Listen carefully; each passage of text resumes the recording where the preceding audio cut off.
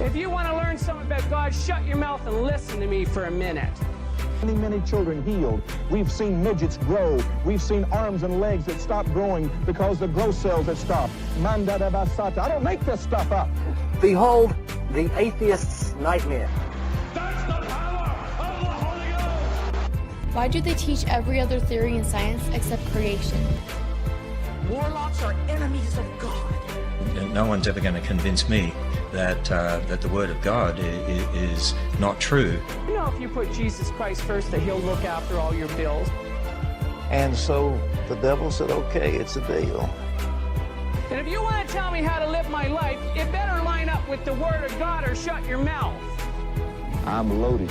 I'm pregnant with miracles. What do you believe? Send us the cash. Welcome to the Bible Dumb Podcast. This is the podcast two atheists read the Bible from Genesis to Revelation. I'm Davey Hell. I'm Jesse Hill.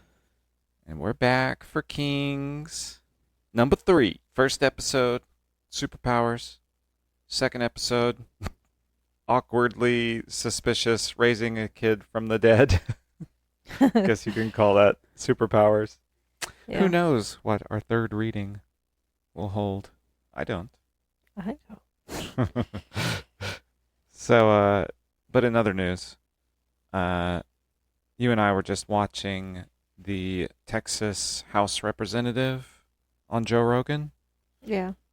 Or listening to the podcast. Pretty interesting.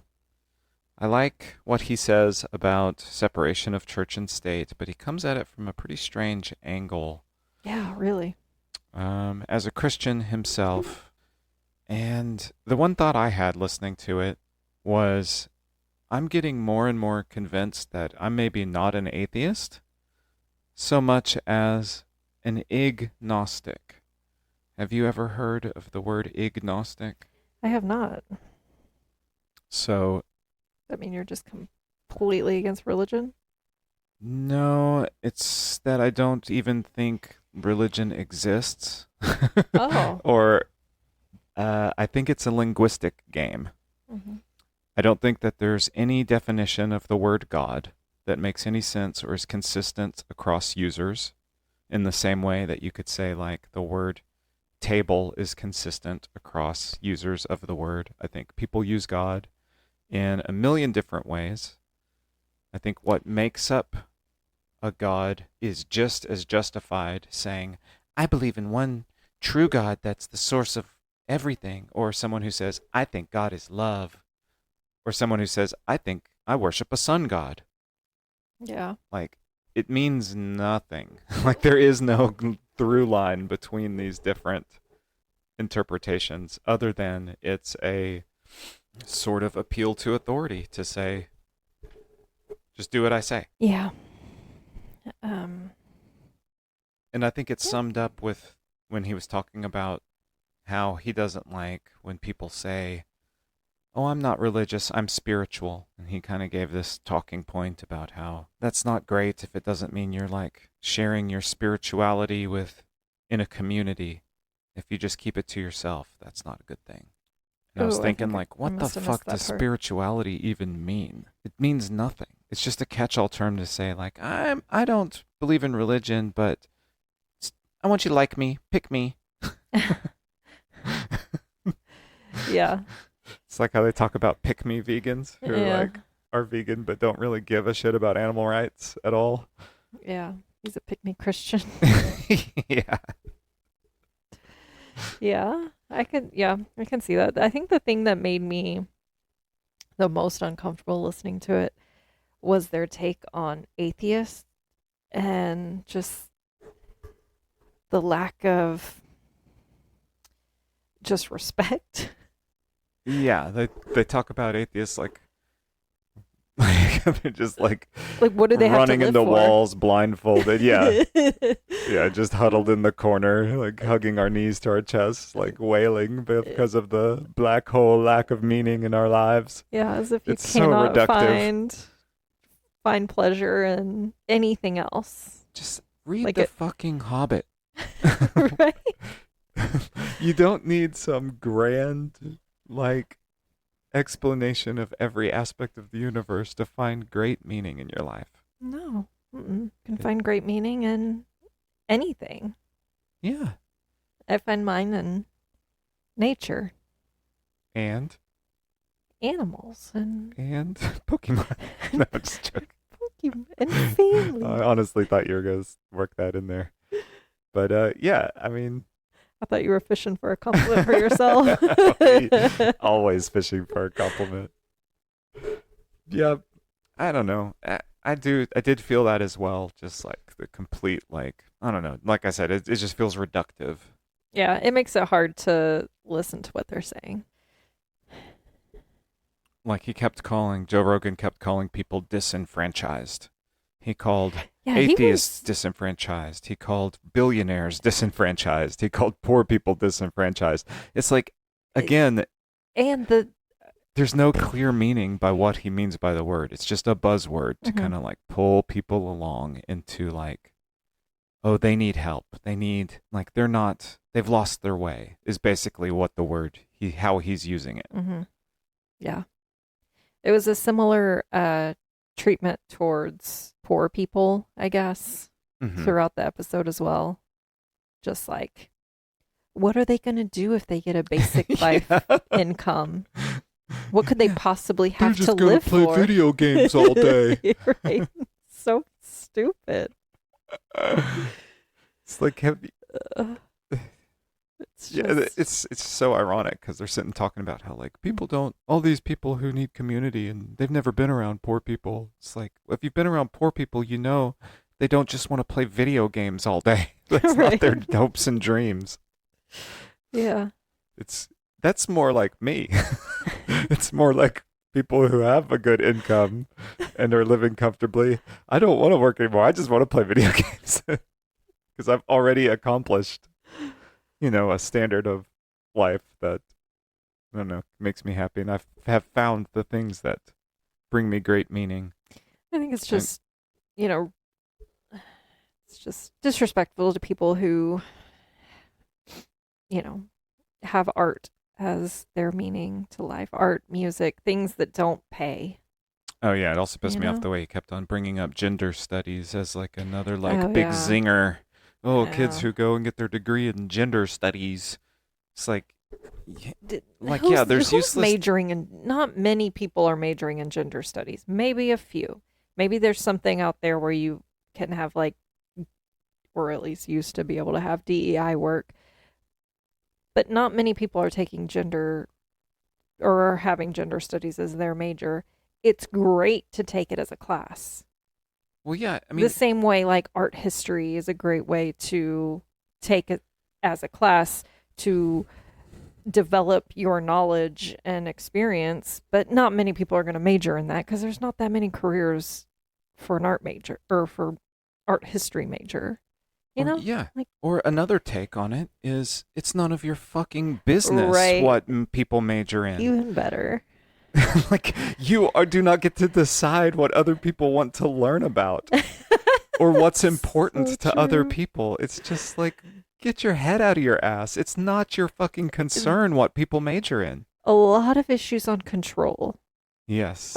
Throughout the whole discussion, a lot of issues about controlling what poor people do and buy, what atheists think, and how they're gonna live.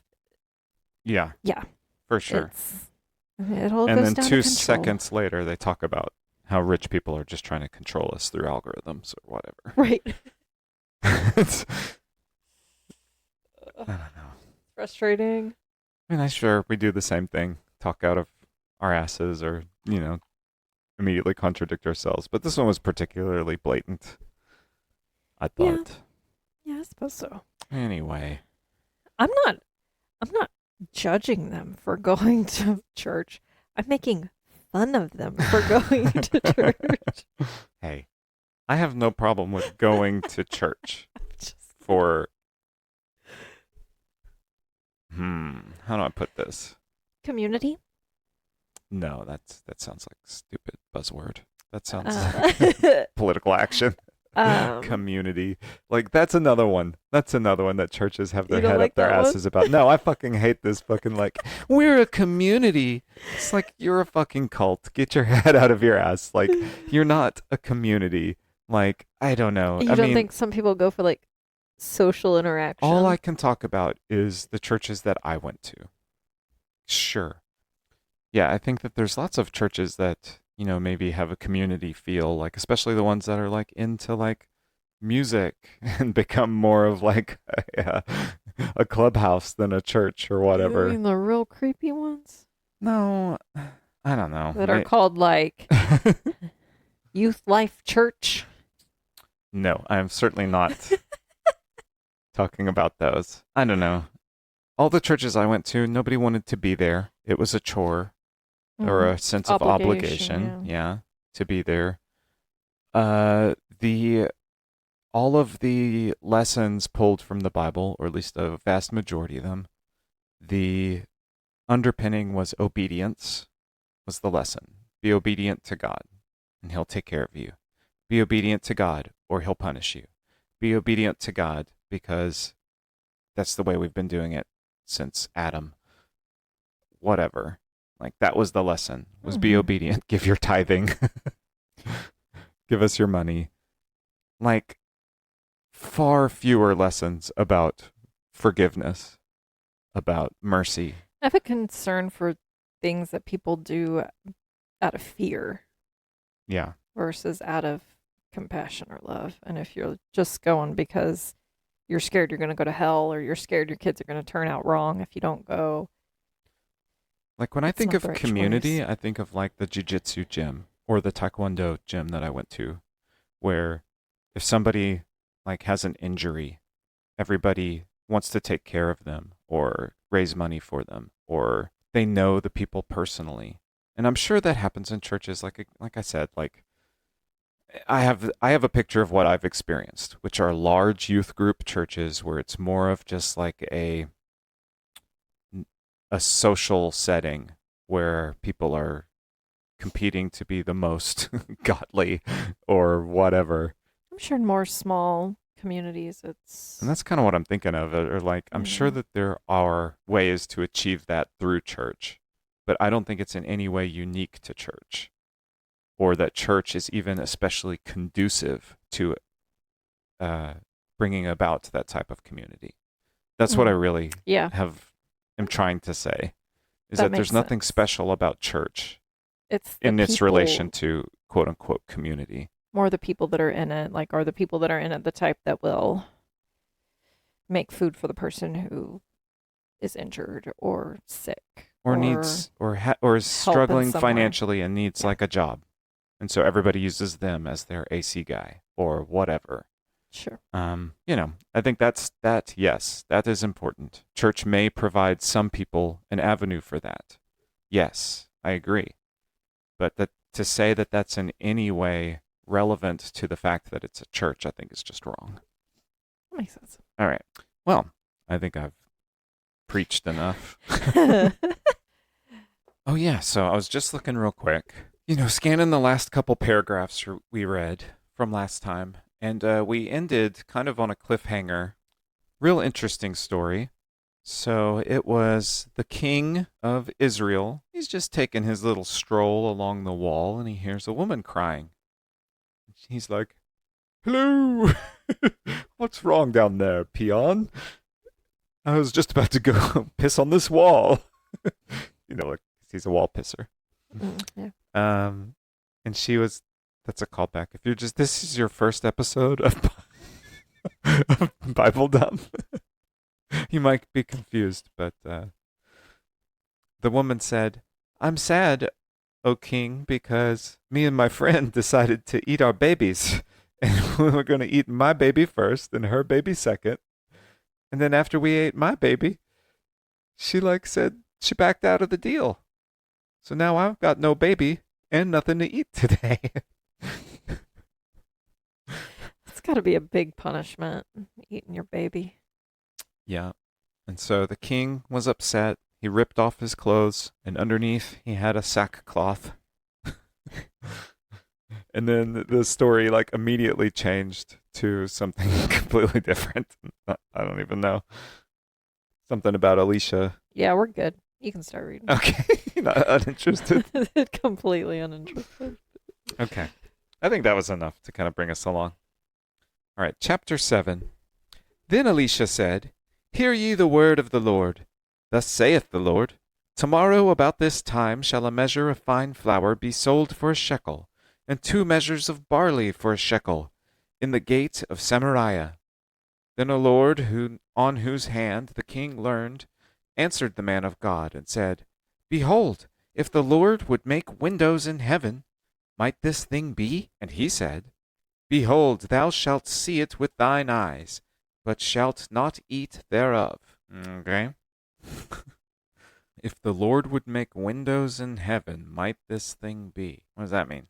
You make a better window than a door? Is it like hinting that God's not really watching? Maybe. If there were windows in heaven, God would be watching and he might give a shit.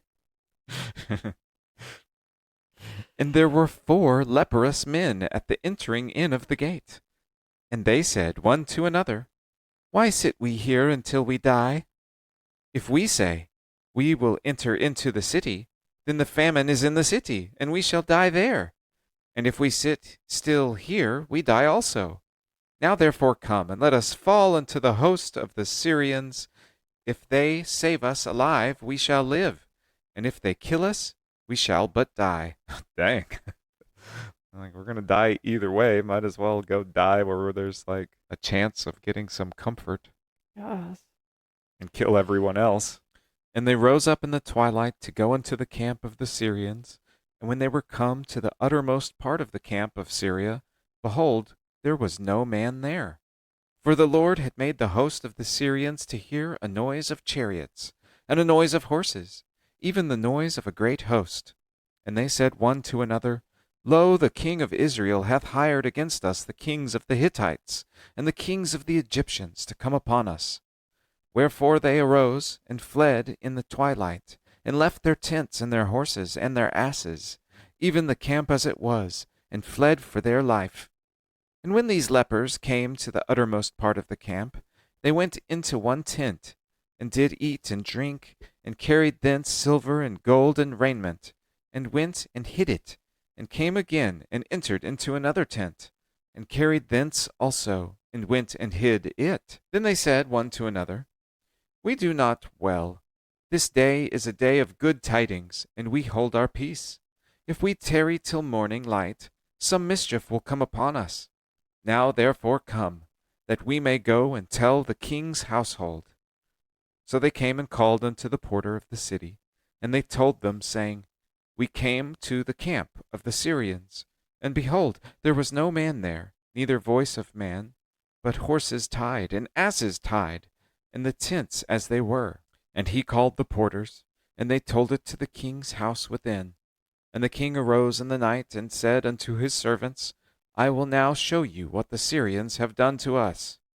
They know that we be hungry, therefore are they gone out of the camp to hide themselves in the field, saying, When they come out of the city, we shall catch them alive and get into the city. Who's saying this?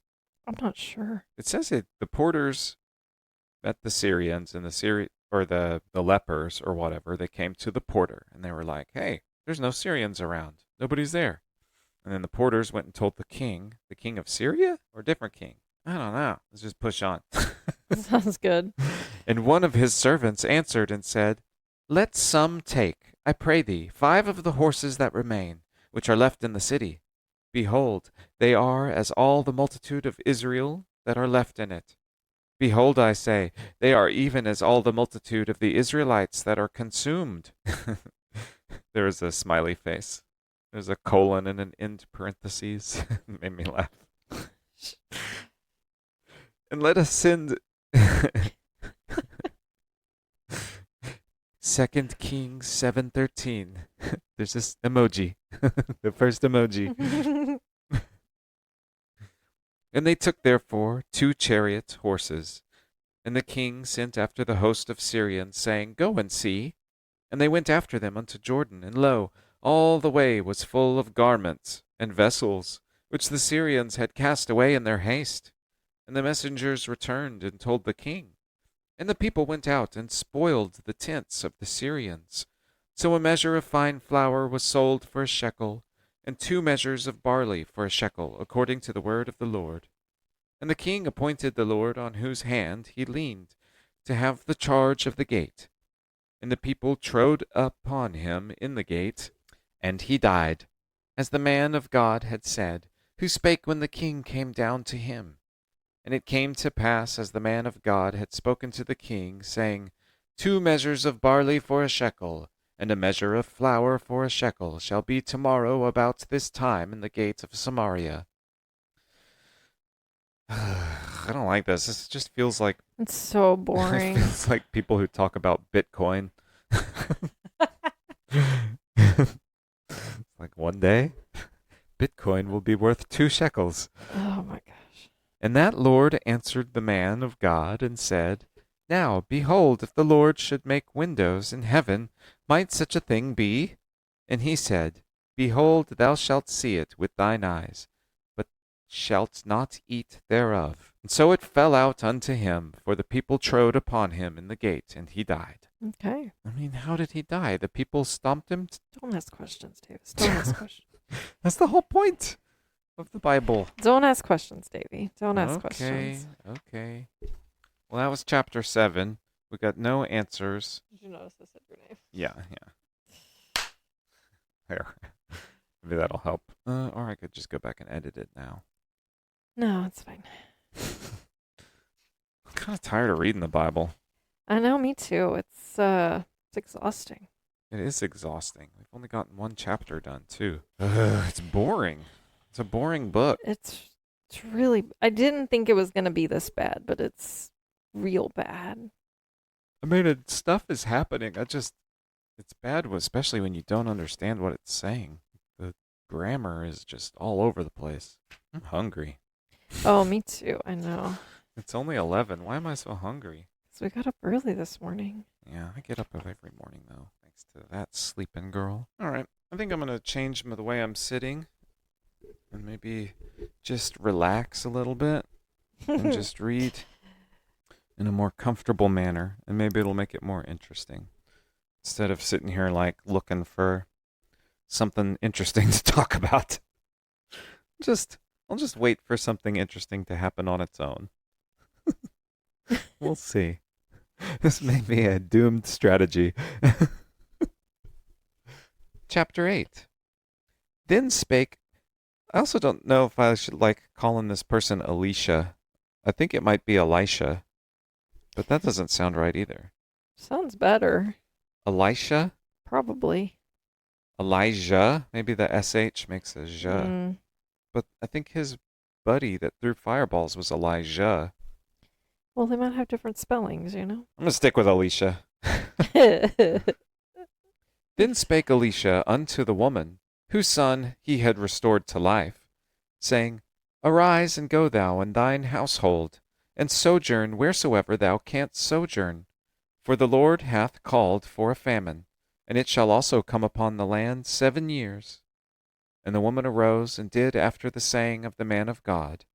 And she went with her household and sojourned in the land of the Philistines 7 years. And it came to pass at the 7 years' end that the woman returned out of the land of the Philistines.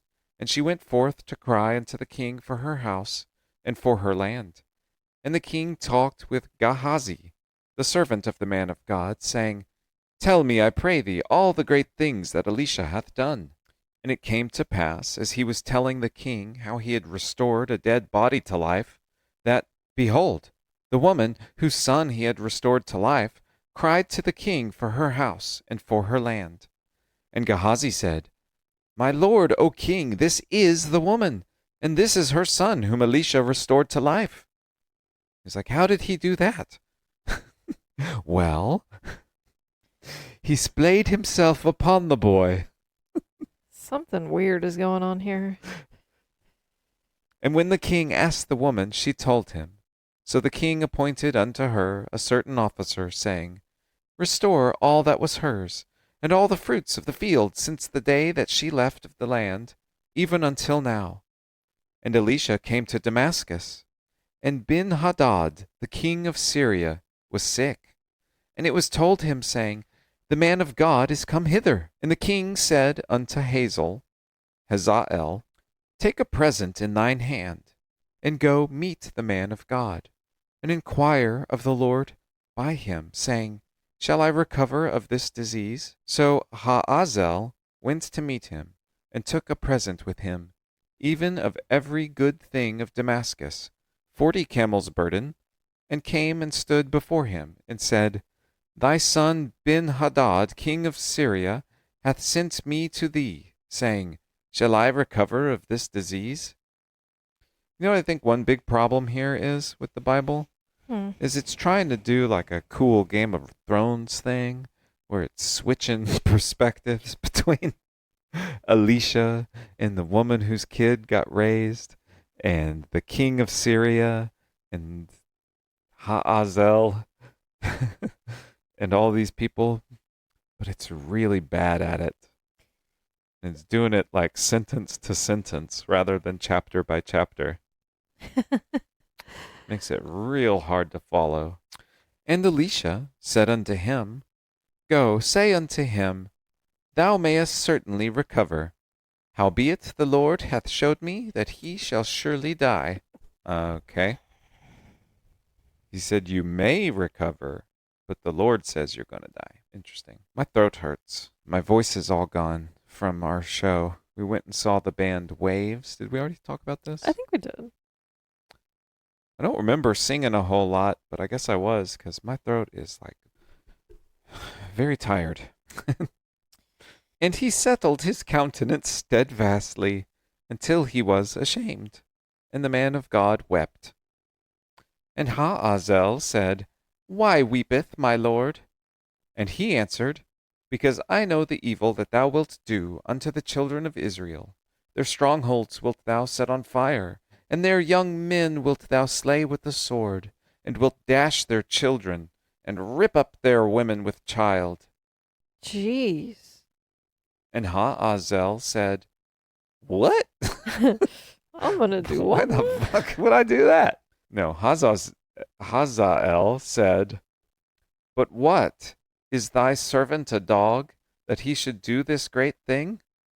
And Elisha answered, The Lord hath showed me that thou shalt be king over Syria. So he departed from Elisha, and came to his master, who said to him, What said Elisha to thee? And he answered, He told me that thou shouldest surely recover. Yeah, okay, so he lied to the king. He didn't say like, well, the prophet said, I will be king and will kill everyone. He's like, I I'm think going that's to keep something that to myself. Yeah, you don't want to advertise that. And it came to pass on the morrow that he took a thick cloth and dipped it in water and spread it on his face so that he died. Okay. And Did he just kill himself? Like, Suffocate he just himself? waterboarded himself I till think he he died? suffocated himself. Took a thick cloth, dipped it in water, and spread it on his face so that he died. All right. And Hazael reigned in his stead. And in the 5th year of Joram, the son of Ahab, king of Israel, Jehoshaphat being then king of Judah, Jehoram, the son of Jehoshaphat, king of Judah, began to reign. 32 years old was he when he began to reign, and he reigned 8 years in Jerusalem. And he walked in the way of the kings of Israel, as did the house of Ahab. For the daughter of Ahab was his wife, and he did evil in the sight of the Lord. Yet the Lord would not destroy Judah, for David his servant's sake, as he promised him to give him always a light, and to his children. In his days Edom revolted from under the hand of Judah, and made a king over themselves. So Joram went over to Zair, and all the chariots with him, and he rose by night and smote the Edomites which compassed him about. And the captains of the chariots and the people fled into their tents.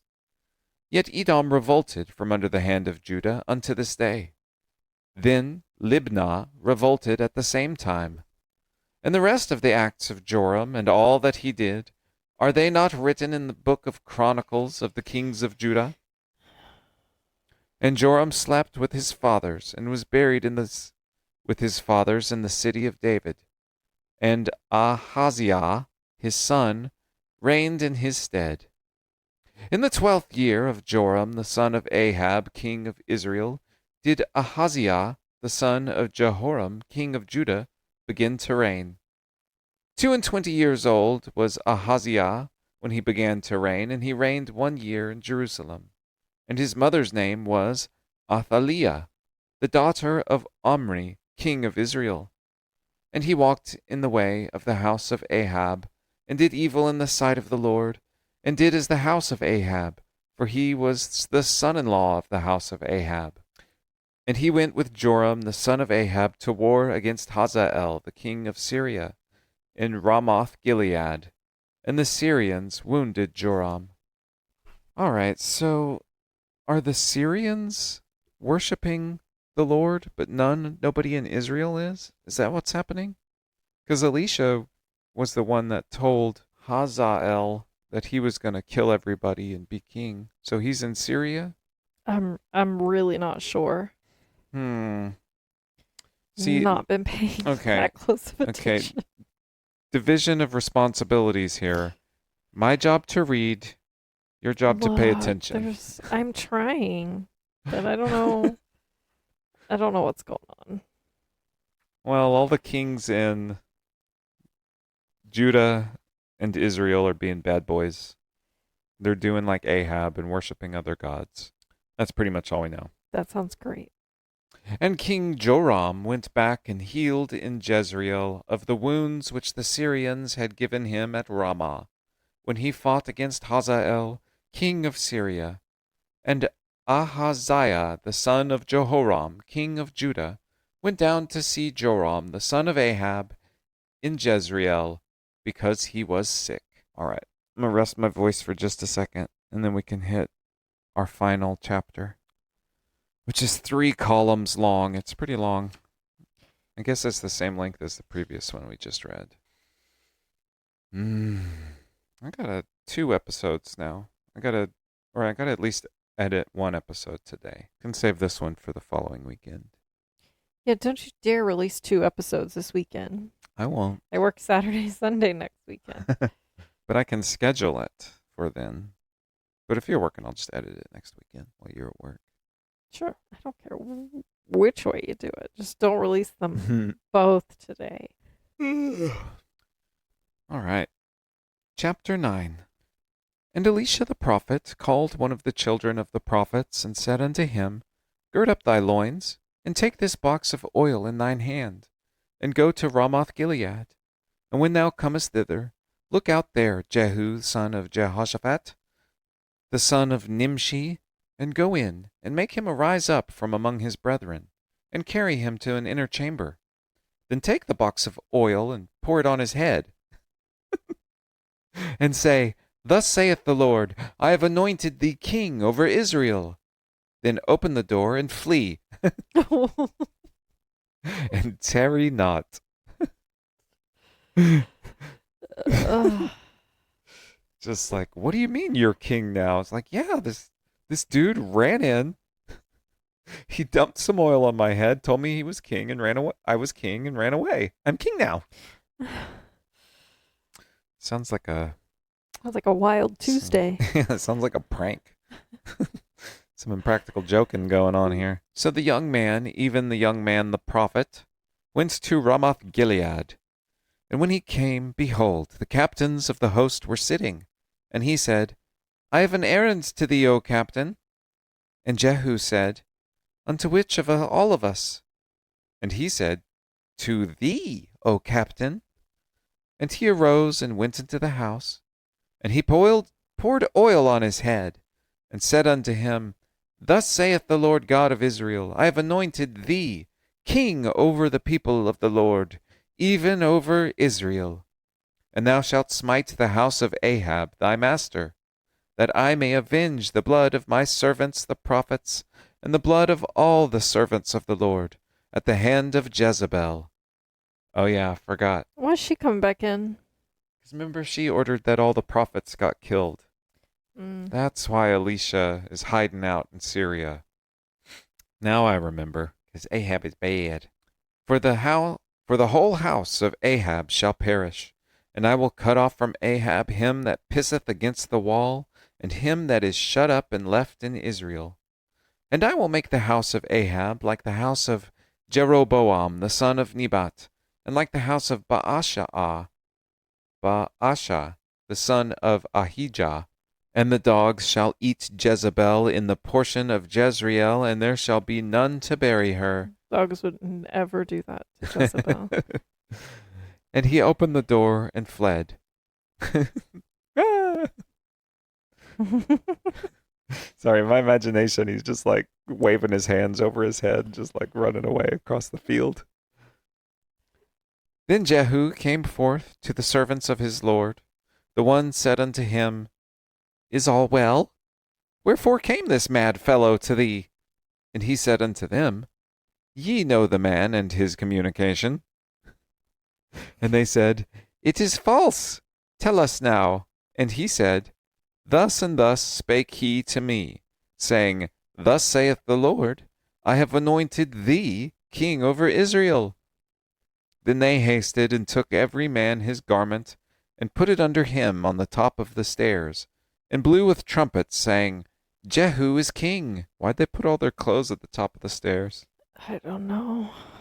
They got some weird, like, rituals they do sometimes. Mm-hmm. So Jehu, the son of Jehoshaphat, the son of Nimshi, conspired against Joram. Now Joram had kept Ramoth-Gilead, he and all Israel, because of Hazael, king of Syria. But King Joram was returned to be healed in Jezreel of the wounds which the Syrians had given him, when he fought with Hazael, king of Syria. That's the king I want to hear about. Yeah. And Jehu said, If it be your minds, then let none go forth nor escape out of the city, to go to tell it in Jezreel.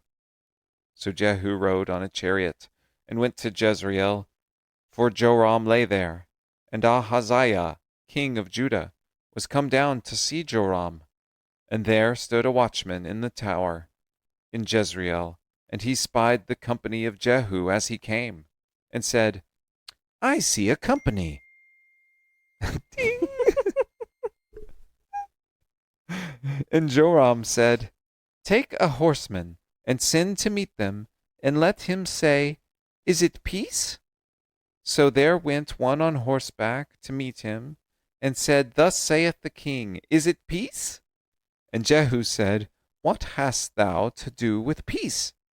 Turn thee behind me. And the watchman told, saying, The messenger came to them, but he cometh not again. Then he sent out a second on horseback, which came to them, and said, Thus saith the king, Is it peace? And Jehu answered, What hast thou to do with peace? Turn thee behind me. Yourself? I did, but not. But that's what it said. Not on accident. That's what it says in the book. Okay. See, I'm paying attention. Yeah. And the watchman told him, saying, He came even unto them, and cometh not again. And the driving is like the driving of Jehu the son of Nimshi, for he driveth furiously. And Joram said, Make ready. And his chariot was made ready. And Joram king of Israel, and Ahaziah king of Judah, went out each in his chariot. And they went out against Jehu, and met him in the portion of Naboth the Jezreelite. And it came to pass, when Joram saw Jehu, that he said, Is it peace, Jehu? And he answered, What peace, so long as the whoredoms of thy mother Jezebel and her witchcrafts are so many? And Joram turned his hands and fled, and said to Ahaziah, There is treachery, O Ahaziah. And Jehu drew a bow with his full strength, and smote Jehoram between his arms. And the arrow went out at his heart, and he sunk down in his chariot. Whoa. Uh-oh. So he shot an arrow so hard, it went straight through him and came out the other side with the heart attached. Cartoon style. Yeah. Then said Jehu to Bidkar, his captain, "Take up and cast him in the portion of the field of Naboth the Jezreelite. For remember how that, when I and thou rode together after Ahab his father, the Lord laid his burden upon him. Surely I have seen yesterday the blood of Naboth, and the blood of his sons, saith the Lord, and I will requite thee in this plat, saith the Lord. Requite thee in this plat." Got it. Understood perfectly. Yeah. "Now therefore take and cast him into the plat of the ground." Okay, there's a clue. Plat, it's a plat of ground, according to the word of the Lord. But when Ahaziah, the king of Judah, saw this, he fled by the way of the garden house. And Jehu followed after him and said, "Smite him also in the chariot." And they did so at the going up to Gur, which is by Ibleam. And he fled to Megiddo and died there. All right, so Jehu killed not only the king of Israel, but also the king of Judah. Sounds like. I don't think he was supposed to do that. Yeah, he did. He didn't get instructions to do that. And his servants carried him in a chariot to Jerusalem and buried him in his sepulchre with his fathers in the city of David. And in the 11th year of Joram, the son of Ahab, began Ahaziah to reign over Judah. And when Jehu was come to Jezreel, Jezebel heard of it, and she painted her face, and tired her head, and looked out at a window. And as Jehu entered in... So dramatic. So she put on her makeup. She put on her makeup.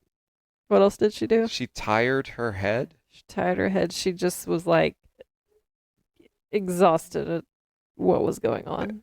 She put on. I think she just like held her head and shook it. No, I think she put on her makeup and turned her head crooked to the side and leaned out the window and was like, "Yoo-hoo, Jehu." She's in seduction mode. And as Jehu entered in at the gate, she said, "Had Zimri peace, who slew his master?" And he lifted up his face to the window and said, "Who is on my side? Who?" And there looked out to him 2 or 3 eunuchs. Okay. And he said, "Throw her down."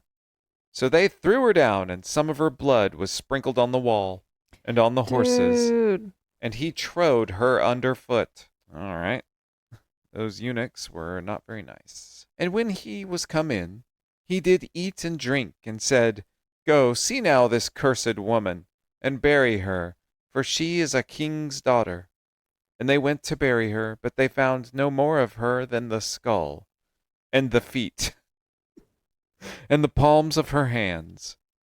Wherefore they came again, and told him, and he said, "This is the word of the Lord, which spake by his servant Elijah the Tishbite, saying, In the portion of Jezreel shall dogs eat the flesh of Jezebel, and the carcass of Jezebel shall be as dung upon the face of the field in the portion of Jezreel, so that they shall not say, This is Jezebel." So be it. Let the dogs eat. Yeah, well, that was a pretty easy overthrow. He's just like, "Hey, up there, who's on my side?" And 2 or 3 eunuchs were like, We'll be on your side. Throw that lady out a window." So did she just give up, or did she not think he was going to kill her?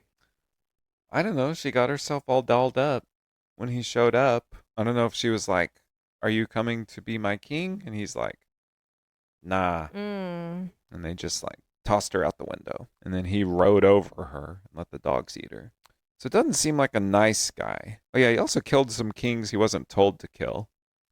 So I don't know if the Lord, but he did it in the Lord's name. So I don't know if this is like good guy or bad guy. Tired her head means she did her hair. Oh yeah, see, I was right. She's getting dolled up. Yeah. All right. Well, goodbye, Jezebel. But so long. So long, Jezebel. But we'll hear more about her, I'm sure, in the Book of Chronicles. Probably. We got to hear what she'd been doing that whole time. Yeah, we got to hear about the witchcraft and stuff. Apparently, she's like knows a bunch of demons or something. All right. Well, till next time. Stay dumb. Stay dumb. Bye.